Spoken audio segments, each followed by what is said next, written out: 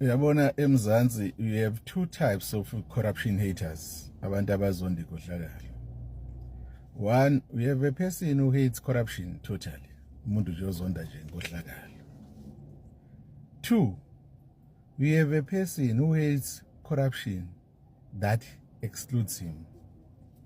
Umuntu ozonda inkohlakalo engamfaki yena.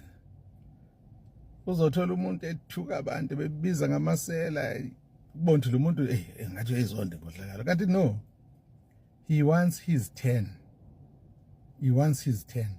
Ufuna ukungena aqhubeke la ugcine khona.